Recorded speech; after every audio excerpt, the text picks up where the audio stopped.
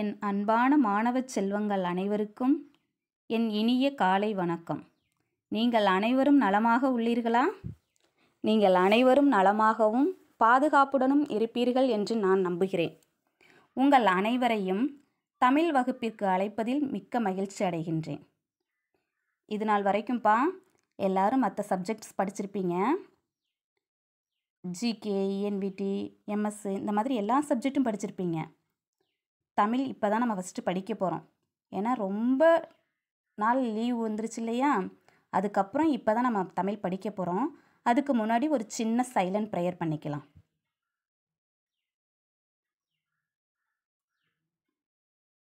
Okay. Tamil Tamil என்ற வார்த்தையை சுற்றி ஒரு எழுத்து இருக்குது. அது என்ன எழுத்துன்னு உங்களுக்கு தெரியுதா? சிறப்புழா. ஏன் இந்த தமிழ் என்ற வார்த்தையை சுற்றி மற்ற எழுத்துக்கள் போடாமல் இந்த சிறப்புழாவை மட்டும் நம்ம எழுதியிருக்கோம்? ஏன்னா உலகத்தில் 6000க்கும் மேற்பட்ட மொழிகள் இருக்குது. இந்த மொழிகளுக்கெல்லாம் இல்லாத சிறப்பு தமிழ் மொழிக்கு மட்டும் இருக்குது. அதனால தான் தமிழ் மொழியை தேன் தமிழ், இனிமை தமிழ், அமுது, அமிர்தம், செந்தமிழ் அப்படின்னு நிறைய பெயர்களை வச்சு சொல்கிறோம். அப்படி மற்ற மொழிகளுக்கெல்லாம் இல்லாத ஒரு சிறப்பு என்ன தமிழ் மொழிக்கு இருக்குது? அது ஒரு உதாரணத்துக்கு சொல்கிறேன். அம்மா அப்படின்ற ஒரு 3 எழுத்து வார்த்தை இருக்குது. அந்த 3 எழுத்து வார்த்தையை நம்ம வாசிக்கும் பொழுது அதன் பொருள் மாறாது. இதே முதலில் உள்ள உயிரெழுத்தை நீக்கிவிட்டு 2ஆம் எழுத்தையும் 3ஆம் எழுத்தையும் சேர்த்து உச்சரித்தோம்னா அப்பொழுதும் பொருள் மாறாது. கடைசி எழுத்தான மா என்ற எழுத்தை மட்டும் உச்சரித்தோனாலும் பொருள் மாறாது. அம்மா அப்படின்ற பொருள் மாறவே மாறாது. அதற்கு அருகிலேயே பாருங்க, மதர் என்ற ஆங்கில வார்த்தை எழுதியிருக்கு. இதை நம்ம பிரித்து படித்தோம் அப்படின்னா பொருள் மாறுபடும். அதே மாதிரி அப்பா என்ற 3 எழுத்து வார்த்தையும் இருக்குது. அது 3 எழுத்தையும் சேர்த்து உச்சரிக்கும் பொழுதும் பொருள் மாறாது. முதல் எழுத்தை நீக்கிவிட்டு 2ஆம் எழுத்தையும் 3ஆம் எழுத்தையும் நம்ம சேர்த்து உச்சரித்தோம் அப்படின்னாலும் பொருள் மாறாது. கடைசியாக இருக்கிற பா என்ற ஒரே ஒரு எழுத்தை மட்டும் உச்சரித்தனாலும் பொருள் மாறாது. அதே அருகில் இருக்கக்கூடிய ஃபாதர் அப்படின்ற ஆங்கில வார்த்தையை நம்ம பிரித்து உச்சரித்தோம் அப்படின்னா பொருள் மாறுபடும். ஸோ நம்மளோட தமிழ் எழுத்துக்கு மட்டும், தமிழ் வார்த்தைகளுக்கு மட்டும்தான் இந்த சிறப்பு இருக்குது. அதனால தான் தமிழ் மொழியை நம்ம செம்மொழி, இனிமை மொழி அப்படின்னு சொல்கிறோம். இன்னொரு உதாரணமும் பாருங்கள். மற்ற மொழிகளுக்கெல்லாம் இல்லாத ஒரு பெரிய சிறப்பு நம்ம தமிழ் மொழிக்கு இருக்குது. என்ன அப்படின்னா, மற்ற மொழிகளெல்லாம் இணைத்து பெயர் சூட்டிக்கொள்வதில்லை. ஆனால் தமிழ் மொழியை மட்டும் நம்ம பெயரோடு இணைத்து சூட்டிக்கொள்கிறோம். உதாரணத்துக்கு தமிழரசி, தமிழரசன், தமிழ்ச்செல்வன், தமிழழகன் அப்படின்னு நிறைய பெயர் சொல்லிக்கிட்டே போகலாம். இப்படி தமிழ் மொழியை இணைத்து நம்ம பெயர் வைத்து கொள்வது நம்ம தமிழ் மொழிக்கு மட்டுமே உள்ள சிறப்பு. மற்ற எந்த மொழிகள்லையுமே அப்படி இணைத்து பெயர் வைத்து கொள்ள முடியாது. இப்படி நம்ம தமிழ் மொழியோட சிறப்பை சொல்லிக்கிட்டே போகலாம். நம்மளுடைய பாரதிதாசன் ஒரு கவிதை எழுதியிருக்கிறாரு. தமிழ் மொழியின் சிறப்பை மிக அற்புதமாக சொல்கிறதுக்கு ஒரு கவிதை ஒன்று எழுதியிருக்காரு. தமிழுக்கும் அமுதென்று பேர், அந்த தமிழ் எங்கள் உயிருக்கும் நேர், உயிருக்கும் நேர். ஆமாம், தமிழ் அமுது என்ற பெயர் இருக்குது. அது எங்களோட உயிருக்கும் நிகராக சொல்லியிருக்காரு. தமிழ் மொழியை நம்ம உயிருக்கும் நிகராக சொல்லியிருக்கிறாரு. ஏன்னா அவ்வளோ சிறப்பு மிக்கது நம்மளோட தமிழ் மொழி. நம்மளோட தாய்மொழி தமிழை இந்த உலக வரலாற்றில் எடுத்துக்கிட்டோம் அப்படின்னா நிறைய பேர் படிச்சிருக்காங்க. தமிழ் மொழியை வந்து அயல்மொழி நாட்டுக்காரவங்க கூட வந்து நம்ம தமிழ் மொழியை கற்று தமிழ் மொழியின் சிறப்புகளை நிறைய தெரிஞ்சிருக்கிறாங்க. இன்றைக்கி நம்ம வகுப்பில் பார்க்க போகிறதும் நம்ம தமிழ் மொழிக்குள்ள அந்த எழுத்துக்களை மட்டும்தான் இன்றைக்கி நம்ம பார்க்க போகிறோம். என்ன மிஸ், எங்களுக்கு போய் தமிழ் எழுத்துக்களை போய் நாங்கள் தான் 1ஆம் வகுப்பு யூகேஜி 2ஆம் வகுப்புலேயே படிச்சிட்டோமே, இப்போ போய் எங்களுக்கு தமிழ் எழுத்துக்களை சொல்லித்தரீங்களே அப்படின்னா உங்களுக்கு ஞாபகப்படுத்துவதற்காக தான் இந்த வகுப்பு. ஸோ தமிழ் எழுத்துக்கள் மொத்தம் 247. தமிழ் எழுத்துக்கள் மொத்தம் 247. அதில் உயிரெழுத்துக்கள் 12. உயிரெழுத்துக்கள் 12. அவை அ, ஆ, இ, ஈ, உ, ஊ, ஏ, ஏ, ஐ, ஓ, ஓ, ஔ. ஏன் இந்த எழுத்துக்களை நம்ம உயிர் எழுத்துக்கள் அப்படின்னு சொல்கிறோம்? நம்ம உடம்புக்கு உயிர் எவ்வளவு முக்கியமோ அதுபோல் நம்ம தமிழ் எழுத்துக்களுக்கு இந்த எழுத்துக்கள் ரொம்ப ரொம்ப முக்கியம். இந்த எழுத்துக்கள் இல்லாமல் நம்ம தமிழ் எழுத்துக்களே கிடையாது. அதனால தான் இந்த எழுத்துக்களை நம்ம உயிர் எழுத்துக்கள் அப்படின்னு சொல்கிறோம். உயிரெழுத்துக்கள் எத்தனை? 12. இந்த உயிர் எழுத்துக்கள் அ, ஆ, இ, ஈ, உ, ஊ, ஏ, ஏ, ஐ, ஓ, ஓ, ஔ. அடுத்து நம்ம பார்க்க போகிறது மெய்யெழுத்துக்கள். மெய்யெழுத்துக்கள் எத்தனை? 18.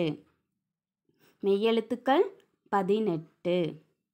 அவை இக், இங், இச், இஞ்ச், இட், இன், இத், இந்த், இப், இம், இ, இர், இல், இவ், இல், இல், இர், இன். அந்த இல் அப்படின்றத மட்டும் நாக்க மடக்கி சொல்லணும். அதனால தான் அதை சிறப்பு லா அப்படின்னு சொல்கிறோம். சிறப்பு லா அப்படின்ற சொல்கிறோம். இந்த மெய்யெழுத்துக்கள் உயிருக்கு உடம்பு எப்படி முக்கியமோ, வெறும் உயிர் மட்டும் இருந்தால் போதாது, அந்த உயிருக்கு உடம்பு ரொம்ப முக்கியம். அந்த உடம்பு தான் இந்த மெய்யெழுத்துக்கள். ஒரு உயிருக்கு உடம்பு எப்படி முக்கியமோ அதே மாதிரி இந்த உயிரெழுத்துக்களும் மெய்யெழுத்துக்களும் சேர்ந்து உருவாகக்கூடிய உயிர்மெய் எழுத்துக்களுக்கு இந்த மெய்யெழுத்துக்கள் ரொம்ப முக்கியம். அதனால தான் இதை மெய்யெழுத்துக்கள் அப்படின்னு சொல்கிறோம். மெய்யெழுத்துக்களை ஒரு உடம்புன்னு கூட சொல்லலாம். அடுத்து நம்ம பார்க்க போகிறது ஆயுத எழுத்து. ஆயுத எழுத்து 1. ஆயுத எழுத்து 1. இந்த 3 புள்ளிகளையும் பாருங்கள். 2 புள்ளிகளும் சமமாக இருக்கும். ஒரே ஒரு புள்ளி மட்டும் மேலே இருக்கும். இதை இப்படி தான் நம்ம எழுதணும். இந்த புள்ளியை கீழேயோ இல்லை சைட்லேயோ மாற்றி எழுதக்கூடாது. நேராக தான் எழுத வேண்டும். எதற்கு இந்த எழுத்துக்கு ஆயுத எழுத்து அப்படின்னு பேர் வந்துச்சு அப்படின்னா, போர் வீரர்கள் வந்து போருக்கு செல்லும்போது நிறைய ஆயுதங்கள் எடுத்துகிட்டு போவாங்க. அந்த ஆயுதங்களில் ஒன்று தான் இந்த கேடயம். இந்த கேடயத்தில் இந்த ஆயுத எழுத்து மாதிரி 3 புள்ளிகள் இருக்கிறதுனால இதுக்கு ஆயுத எழுத்து அப்படின்னு சொல்கிறோம். போர் வீரர்கள் கொண்டு செல்லும் ஆயுதத்தில் ஒன்றான கேடயத்தில் இருக்கக்கூடிய இந்த 3 புள்ளிகள் ஆயுதத்தில் இருப்பதனால் இந்த எழுத்திற்கு ஆயுத எழுத்து அப்படின்னு சொல்கிறோம். இந்த ஆயுத எழுத்துக்கு முப்புள்ளின்னு சொல்லலாம், முப்பார் புள்ளின்னு சொல்லலாம், அக்கேனம் அப்படின்ற ஒரு வார்த்தையும் சொல்லலாம். ஆயுத எழுத்து 1. அடுத்து உயிர்மெய் எழுத்துக்கள். உயிர்மெய் எழுத்துக்கள் மொத்தம் 216. உயிர்மெய் எழுத்துக்கள் மொத்தம் 216. இந்த உயிரெழுத்தும் மெய்யெழுத்தும் சேர்ந்ததுதான் உயிர்மெய் எழுத்துக்கள். உயிரெழுத்துக்கள் 12ம் மெய்யெழுத்துக்கள் 18ம் சேர்ந்து உருவானதுதான் இந்த உயிர்மெய் எழுத்துக்கள். இந்த உயிர்மெய் எழுத்துக்கள் மொத்தம் 216. தமிழ் எழுத்துக்களில் உயிரெழுத்துக்கள் 12, மெய்யெழுத்துக்கள் 18, உயிர்மெய் எழுத்துக்கள் 216, ஆயுத எழுத்து 1. ஆக மொத்தம் இவை அனைத்தையும் சேர்த்தால் மொத்தம் தமிழ் எழுத்துக்கள் 247. மொத்த தமிழ் எழுத்துக்கள் 247. அது என்னென்ன அப்படின்றத நம்ம வாசிப்போம். நான் ஒரு தடவை வாசிக்கிறேன், என் கூடவே நீங்களும் சேர்ந்து வாசிங்க. உயிரெழுத்துக்கள் 12ஐயும் பார்ப்போம். அ, ஆ, இ, ஈ, உ, ஊ, ஏ, ஏ, ஐ, ஓ, ஓ, ஔ. அடுத்து கடைசியாக இருக்கக்கூடிய அந்த 3 புள்ளிகளும் அக்கு, ஆயுத எழுத்து. அடுத்து ஆ வரிசை எழுத்துக்களை பார்ப்போம். ஏன் இதுக்கு நம்ம ஆ வரிசை எழுத்துக்கள், ஆ வரிசை எழுத்துக்கள், ஈ வரிசை எழுத்துக்கள் அப்படின்னு ஒவ்வொன்றுக்கும் வரிசை எழுத்துக்கள் அப்படின்னு சொல்கிறோம் அப்படின்னா, இந்த ஆ வரிசை எழுத்துக்களில் கா, இந்த கா எழுத்தை உச்சரிக்கும் போது அதனோட ஒலி ஆ என்ற சத்தத்தில் இருக்கும். ஆவோட ஒலிப்பு கேட்கும். அதனால தான் இதை ஆவரிசை எழுத்துக்கள் அப்படின்னு சொல்கிறோம். நீங்கள் வாசிக்கிறப்பயே கவனிச்சுக்கிட்டே வாங்க, நீங்களும் உச்சரிச்சுக்கிட்டே வாங்க, உங்களுக்கு அந்த ஒலிப்பு நல்லாவே கேட்கும். வாசிப்போமா? ஆவரிசை எழுத்துக்கள் க, ஞ, ச, ஜ, ட, ந, த, ந, ப, ம, ய, ர, ல, வ, ழ, ல, ர, ந. இப்போ உங்களுக்கு அந்த ஒலிப்பு கேட்டுச்சா? ஆவரிசை ஒலிப்பு கேட்டிருக்கும். அடுத்தது ஆவரிசை எழுத்துக்கள் கா, ஞ, சா, ஜா, டா, நா, தா, நா, பா, மா, யா, ரா, லா, வா, லா, லா, ரா, நா. அடுத்தது ஈ வரிசை எழுத்துக்கள் கி, நீ, சி, ஜி, டி, நீ, தி, நீ, பி, மீ, இ, ரி, லி, பி, ழி, லி, ரி, நீ.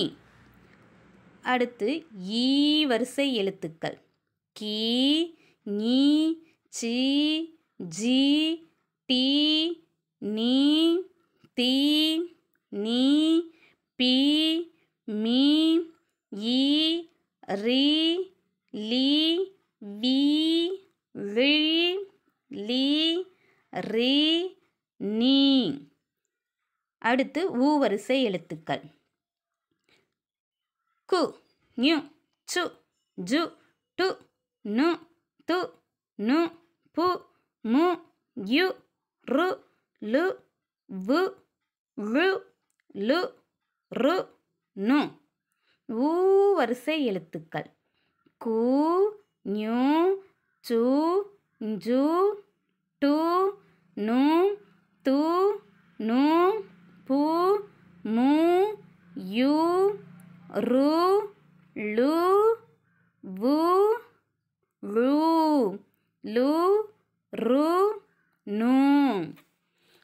ஏ வரிசை எழுத்துக்கள் கே, ஞே, செ, ஜெ, டெ, நெ, தெ, நெ, பெ, மெ, ஏ, ரெ, லெ, வெ, ழெ, லெ, ரெ நெ.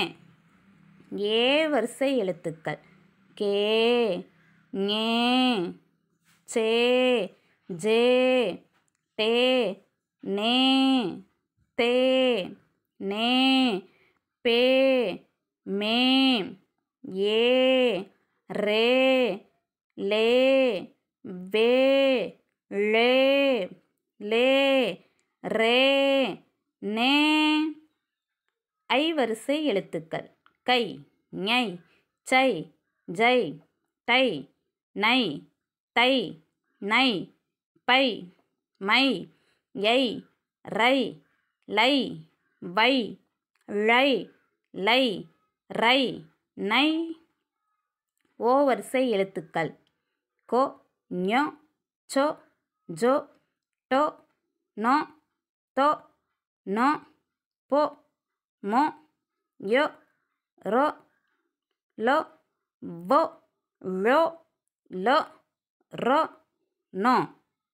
ஓ வரிசை எழுத்துக்கள் கோ ஞோ சோ ஞோ டோ நோ தோ நோ போ மோ யோ ரோ லோ வோ ழோ லோ ரோ நோ.